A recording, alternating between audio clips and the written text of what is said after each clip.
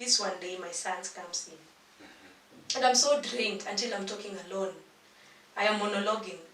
And then he hears me say, "Mi nataka kukufa. Nataka kukufa." So the boy just comes and sits next to me. And then asks me, "Mom, ukikufa nitabaki na nani?" I just looked at him. How old was your son that time? By now he's turning 4 years. By that time, Yes. Okay. Sasa.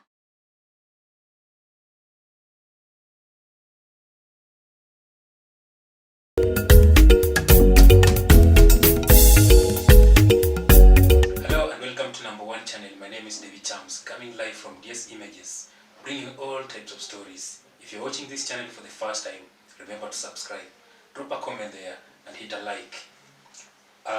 Before maybe I proceed, allow me to let my guest introduce herself. Maybe you could introduce herself to viewers. Thank you. Yeah. And thank you for giving me this opportunity. My name is Florence Nduku. I am from Machakos County, specifically from a place called Kapiani, and I'm a mother of one, a 14-year son. Wow. Yeah.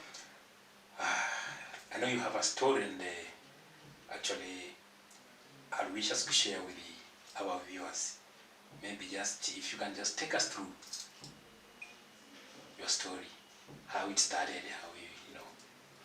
Well, I have been brought up in an humble background.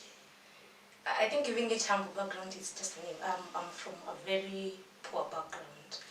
I'm the second last in a family of 5. My father is late. Back in the year 2007, we lost our dad. Body. Thank you. My dad was literally butchered. Body. Yeah, thank you. And I have my mom for a parent currently. If I take you through my life, I would start with my education, how my education life has been.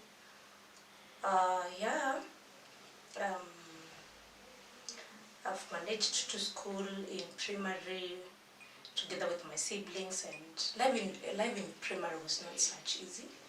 Owing to the fact that my father was a charcoal burner, my mother is a peasant farmer, and we would struggle like any other family which has had struggles. We would struggle for a livelihood, and there are days that we would go without food even.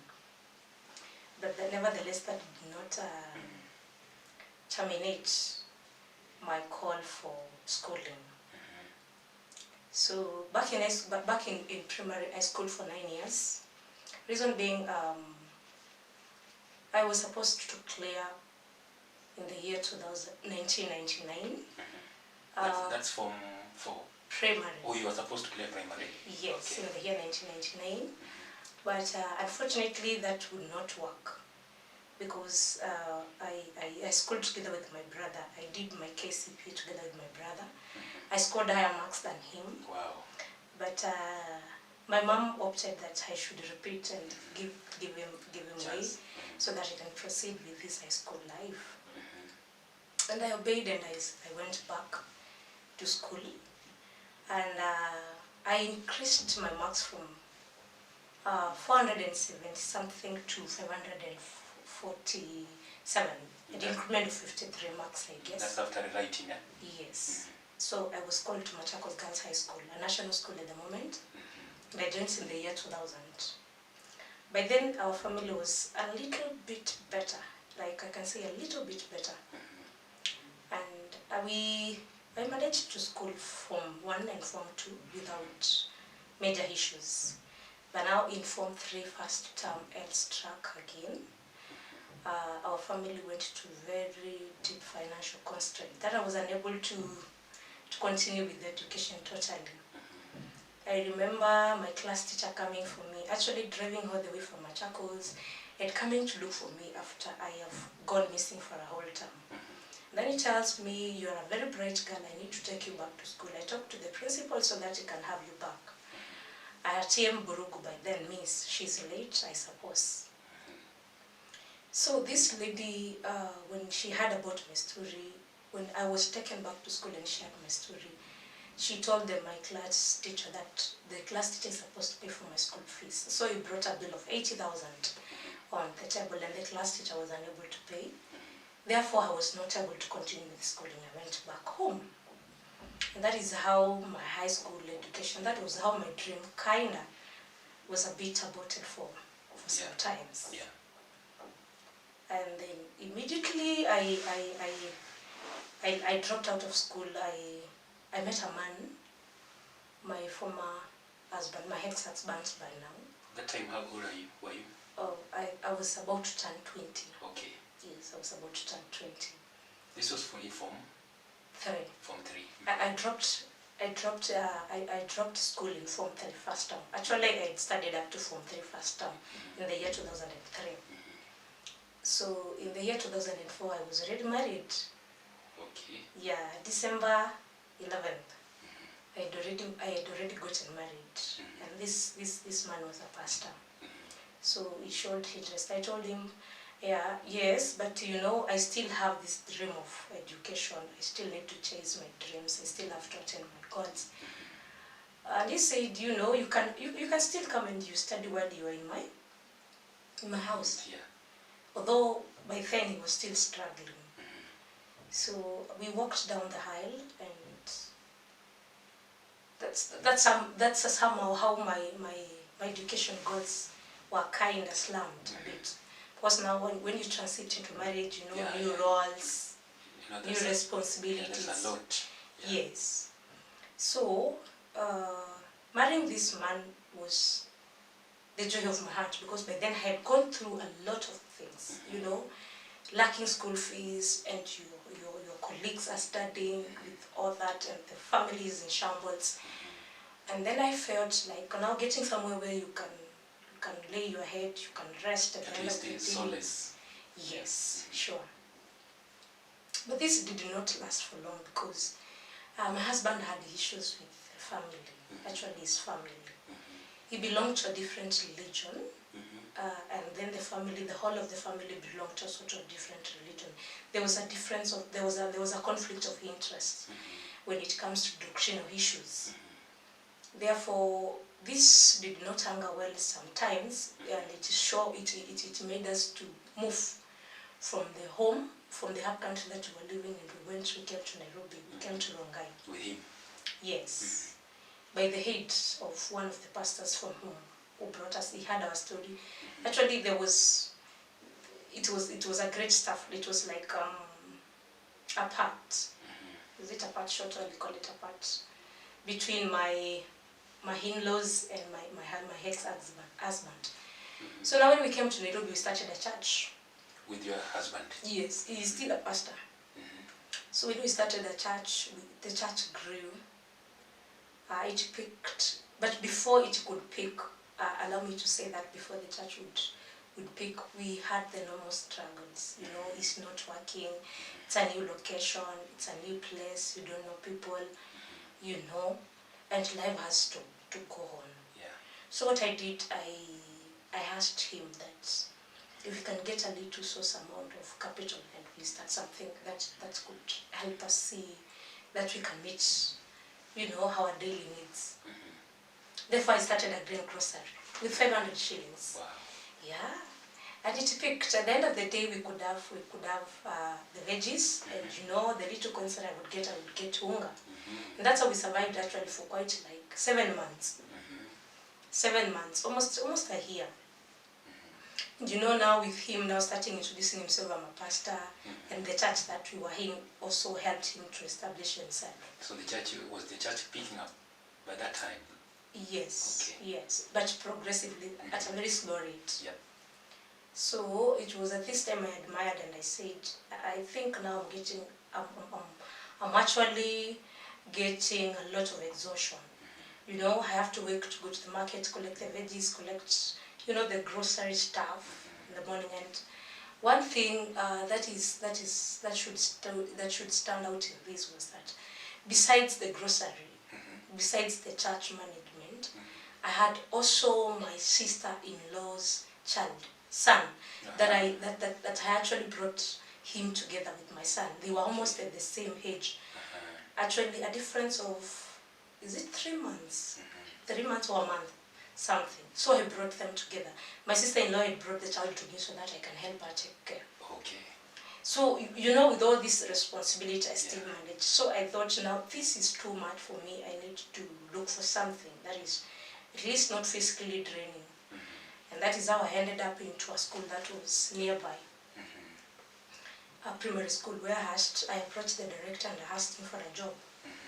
So the director told me and check in. So when I went in and she gave me some few pupils, a class that is called non-readers. This is a class whereby pupils are picked from all over. Them that have joined and they don't know how to read. So these non-readers from class 8, from everywhere, they were brought to me. But the director directed me on how to teach them. So with the experience of the Sunday school handling children, I was able to coordinate with them, associate with them, and I showered them with love. So they opened up, and within a period of 2 months, these children were capable of going back to their classes, read and do stuff like the other pupils. Okay. So when the director registered this massive improvement, she came back to me and told me, you know what, now I'm promoting you. So from a non-readers class, I was taken to be the class teacher of class 5. Wow. Yeah, without certificate. This time around I don't have certificates. Just because of your performance? Yes, and the work that I've exhibited. Yeah. Therefore, with class 5, I remember I took subjects like science and mathematics. I remember by the time I took these pupils, they had a mean score of 64 in science. And they affiliated up to 76. So this was impressive. Good progress, yeah. Yeah, this was thank you. This was very impressive. So the director told me, once these pupils are from class, once they complete their class 5, I'll go with them to class 6. And that is how progressively I went with them. Okay. I became their class teacher in class 5, I went with them to class 6, and also class 7. So this time around, I've also gotten concepts on how to teach, on how to plan, how to prepare a lesson plan, on how to, you know, manage time in class and all that. And I'm now teaching like a normal teacher. Normal teacher, yeah. Yes, because the director was very good. He would come and comment me. He would come and tell me, if you had learned, you would become a very, very important person. Yeah. And this would always ignite me. And I would feel that my goal that I did not finish schooling, I really need to still do something. So I approached her one of these days and I asked her, what do you think will become of me if I go back to school? And she told me, what is in your heart? That's a director now? Yes, she was a lady. What is in your heart? I tell her, if I can get Form 4 certificates, I could be very happy because I know these are the papers that are just barring me to continue with what I want. True. Then she told me, listen to your inner self. And I continued praying, discussing it with my husband. But now this time around, you know, the church is grown. And my work is still growing. So now... Becoming busy every day. Yes. I remember this time around, after now becoming the class teacher of class 7, these people that have transited with them from class 5, 6 to 7 now, there was no head teacher in the school. So I was also opted for to become the what? The head teacher. Wow. So I have got a role of the class teacher, I've got the role as the head teacher, and I've got the role as, you know, the pastor's wife, managing, you know, everything in the house, and still I have a young baby. My son by then was 3 years old. Okay. Plus your nephew? No, by then my nephew has left. Okay. Our mother got married and she left. So this time now I'm getting escalation, the child is not there, and I am with my child alone.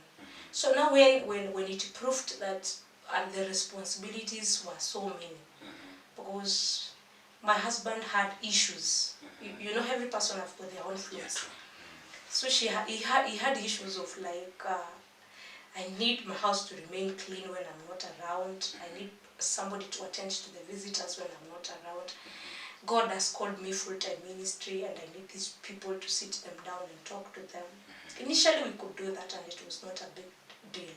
But you know, this time around I'm in school and he is at home. Sometimes he may get calls, evangelism, moving out and all that. So he needs somebody in the house. At least to help, Yes, because in the evening sometimes he would also call me while I'm coming. Hurry up, come and hurry up, we've got visitors. You know, I have left the house at 6 a.m. in the morning. I've been picked by the school bus from where I stay at 6 a.m. And I'm due to come back even past 6 p.m. So there's a lot that needs to be done in the house. So I can say at that point is now when issues began in my family. And they began like, I mean, they were just small things which now grew to be big storms, which I didn't know. So when we sat down and we discussed, because my husband was this type that he will not even take tea that is not freshly prepared. So if I prepare my tea at night to take with my son in the morning, no, he is not for that. Actually, he's supposed to take fresh tea. Oh yeah, not the previous tea. You picked the previous night. Not. He's this man. If you have got to have the clothes, you know, if they have been to aligned well. Wow. You cannot make like 2 lines in a shirt and he puts it on. No, it has to be super smart. Yeah, I think he's a perfectionist. So with all these things and the standards of what he feels like, this is where I am now because now the church is speaking and all that. We thought it wise to bring in someone who can help in the household chores, so that by the time I check in the evening, I am not that busy all the time. Yes, tired and all that. I still have time for him. Yes. And there was this one lady who had issues in her family. And our marriage was at the verge of breaking. And the reason that she had told us was that it was because of her salvation. And she was a brethren in the church. Oh yeah, she was a church member also. Yes. So that's now house girl. I'm just about to tell you. Oh yes, sorry. We had not brought her as as the house help. But now when we considered, we were looking for someone whom we can bring in. So we shared the idea with our sister-in-law, my sister-in-law, my ex-husband's sister. And immediately she brought the lady. I think they were friends. So when the lady came in, she had one baby. She had a baby who was younger than mine by just a few months. So when she came, I took her in, owing the fact that she's needy. And she had issues whereby, now I thought this place she will be nurtured. And she will also be comforted in the pastor's house. As she works, she will sing, she will serve, she will, you know, she will attend the guests, and she will be appreciated other than a place whereby all the time we are chaos because of salvation and all that. And I brought her in wholeheartedly without any issues. That is now when I didn't know that I just brought, let's say, a cat. We got all the milk. Yes, that's now where I think I missed. I don't know, but that's the biggest mistake I made. Because now when I brought the girl, when I brought her in, we agreed that I'd be paying her. It's me who was paying her. Yes. I'll be paying her, and she'll be managing part of what I'm not able to manage. Yes. Like she'll do the laundry, she'll do the dishes, she will do like attending the visitors when I'm not around. So in the evening when I come, you know, I'll just get busy with my baby, and then I will also attend the evening visitors, because we had visitors even up to 2 a.m. That's the whole night, kind of. Sure. And this is very true. It's not a lie. So this girl came and managed everything, including my husband. So when I'm not in, they would move together. Who and who? My house girl and my husband. Okay, moving to where? When I talk of moving together, I understand. Yes, they started like having love affairs together. And I didn't know this. I was not cautious when my husband gave the 2 determinant factors that he needed for a housewife. He said, I need somebody who is clean and somebody who can deliver messages. It didn't hit on me because, yeah, being clean is good. Yeah. But I did not think beyond. And it dawned on me that one of these findings that something was amiss. Because we were working on some programs, on some songs. We were doing some song productions. And I would work from Monday to Saturday. And on Saturday, I worked half day. And you leave this house girl in the house? Yeah, I would leave her like daily, from Monday to Saturday. Because on Saturday, she will work half day. Because in the afternoon, I'll be coming, so I'll release her to go. And then this one day, we have got the shootings. We are supposed to go and do the shooting for the songs. With your husband? And part of the members of the church, part of the church. And, you know, this house girl comes dressed dressed in the same color of clothes with my sisters-in-law. And a few others. So the first thing I asked myself, if these people are dressed alike, it shows there was communication that was made. Yes. And personally, I don't know.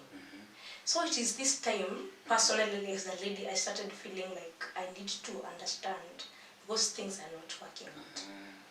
So I contemplated to ask this, but I felt, let me take it slow. So I approached a friend of mine in the same church.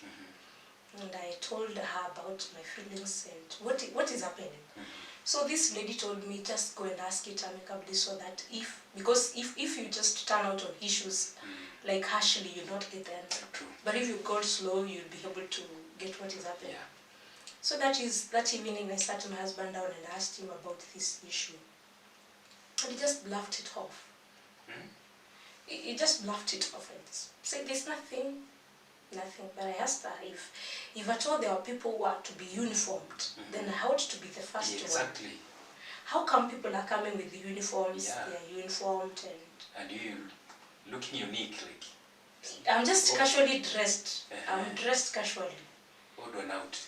Yeah. And things were happening.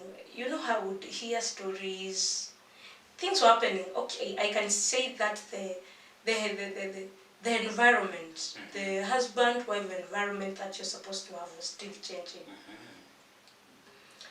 And the sister-in-law really knew what was happening, but she wouldn't even open up to me and tell me what she kept quiet. Very quiet. And you know, one of the ladies in the church, actually they were, what do we call them? They were accountability partners. Came and asked my husband. She gave the story to me later. I wanted really to know what is happening between you and this lady. Because you know, ladies are able to understand when things are working either way.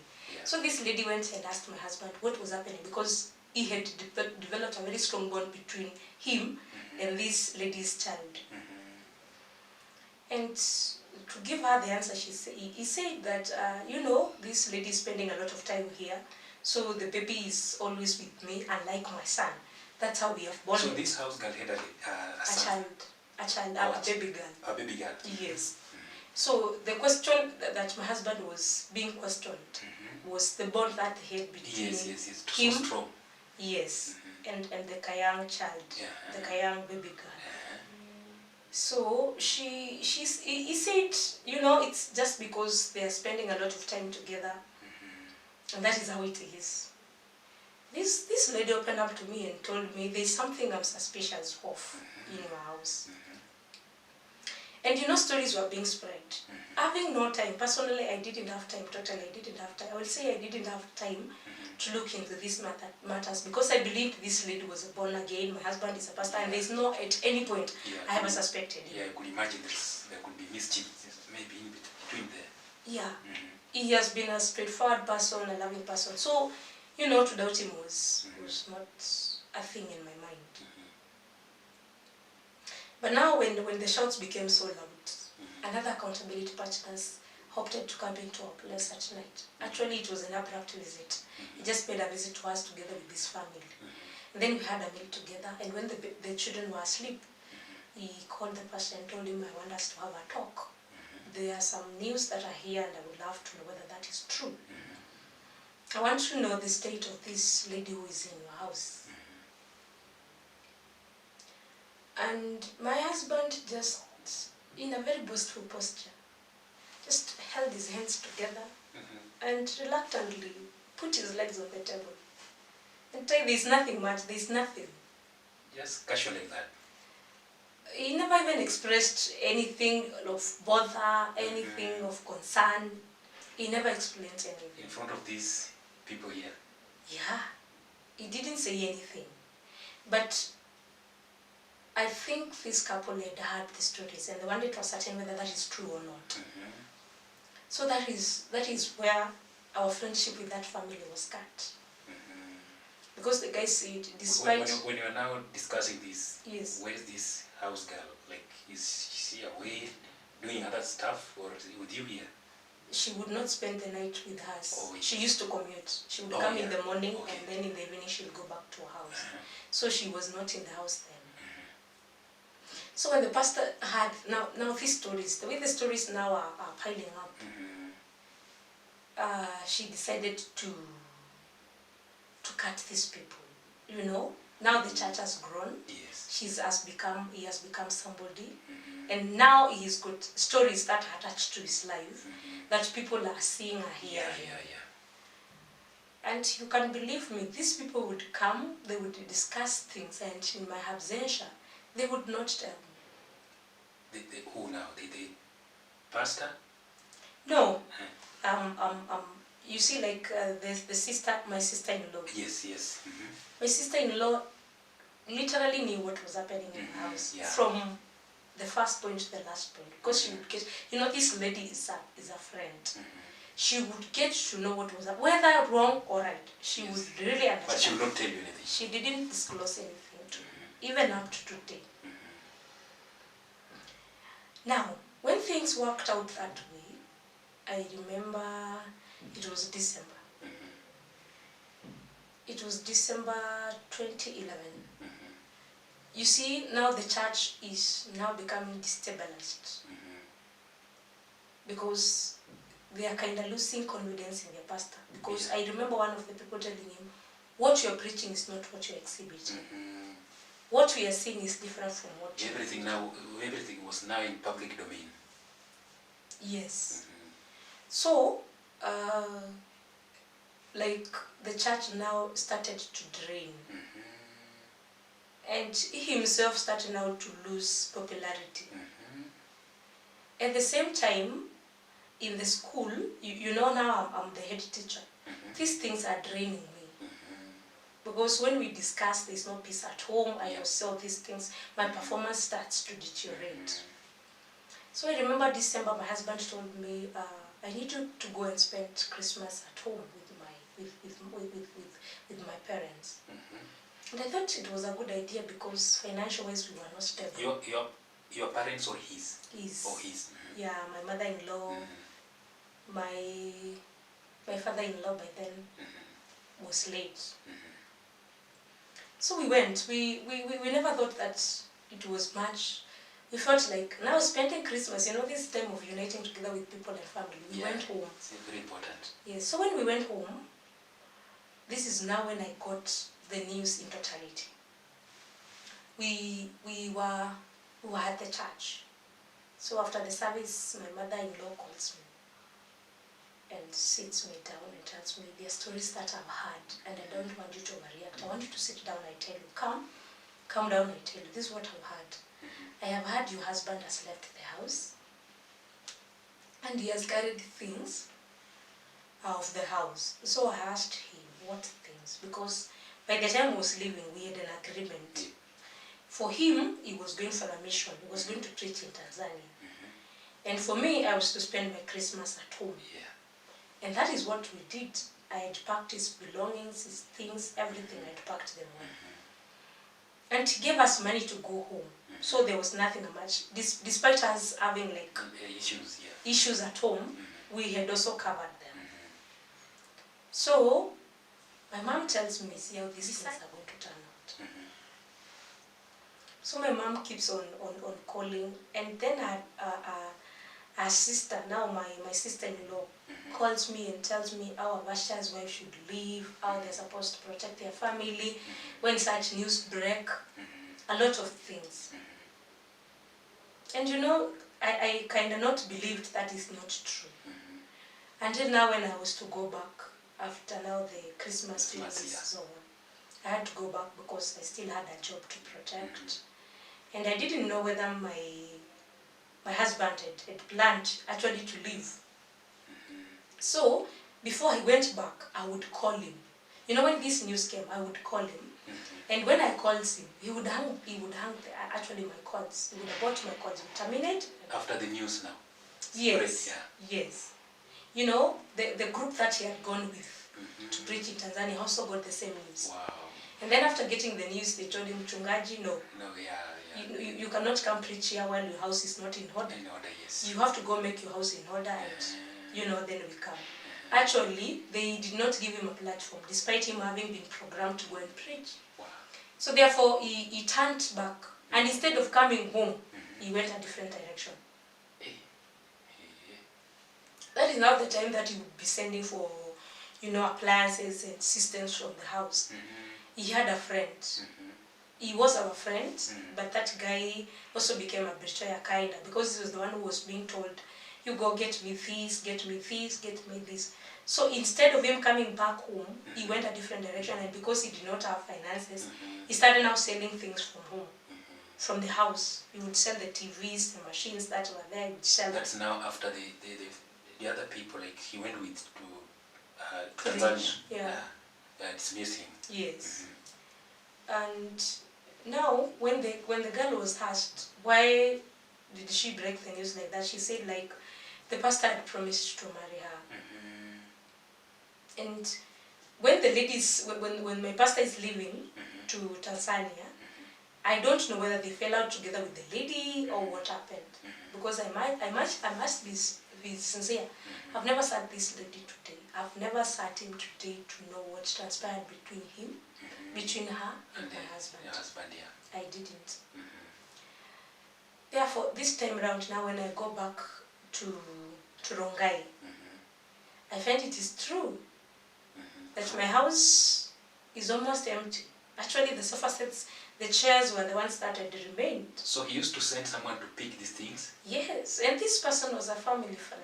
Wow, okay. So on my first day of arrival from home, this same guy comes. Initially he had called me and told me, there's something that is happening in your family, but your husband should tell you what it is. So when I asked him, why won't you tell me, and you're the person who has brought the news, he told me, no, your husband should tell you. Wow.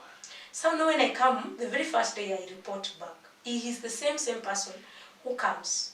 And I ask him, why did you not tell me all this?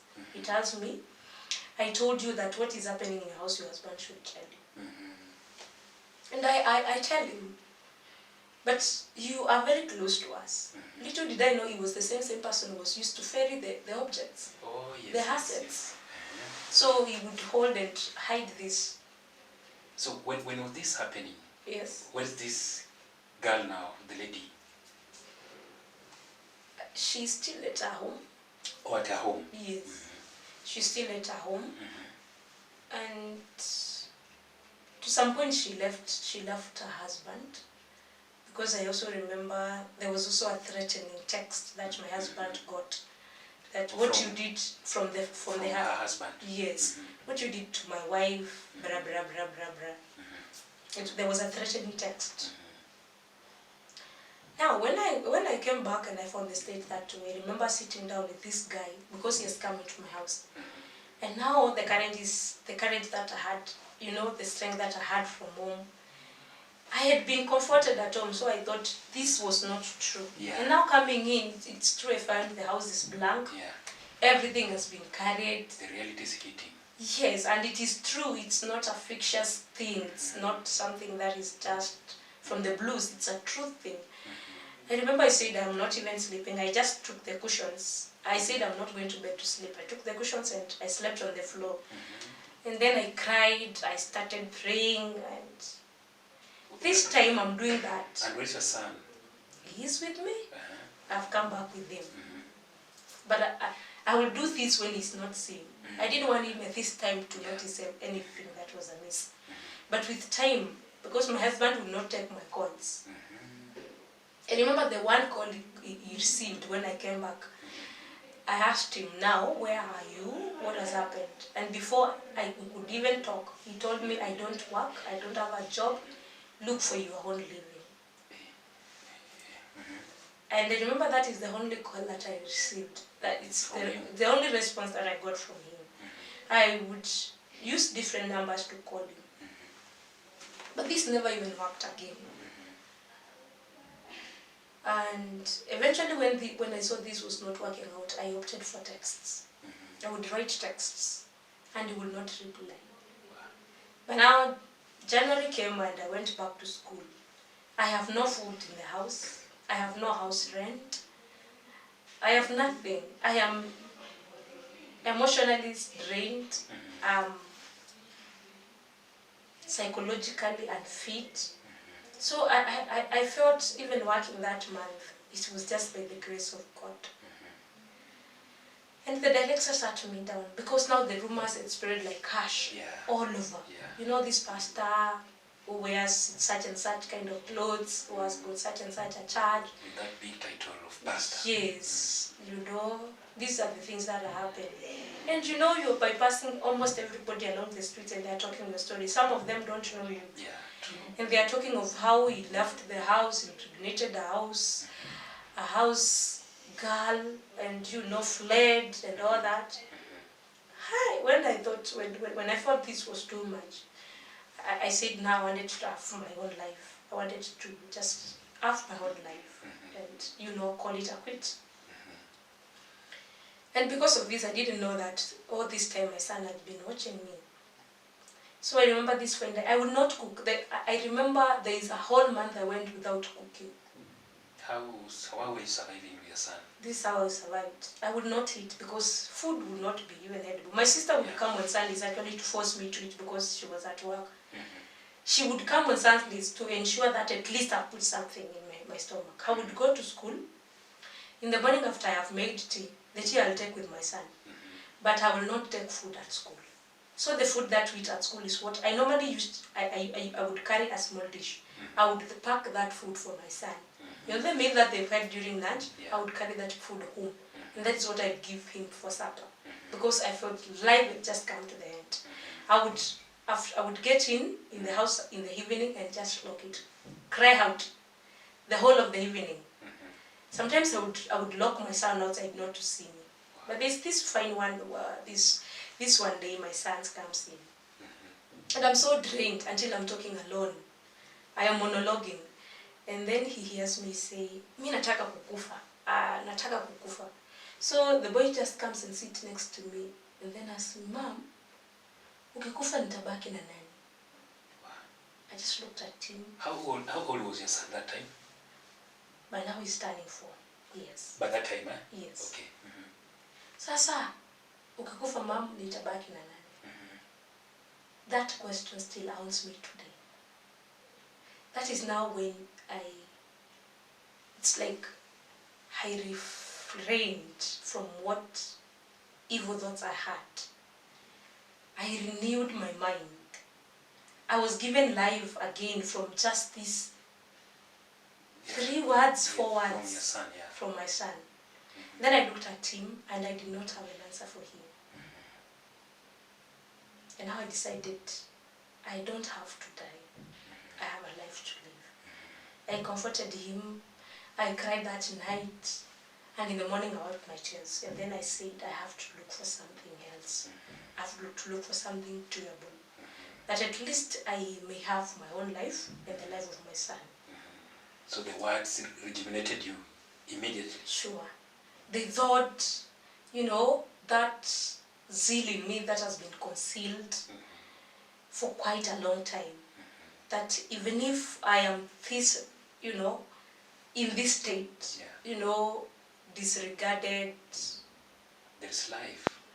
I thought I have got somebody to take care of. I've got a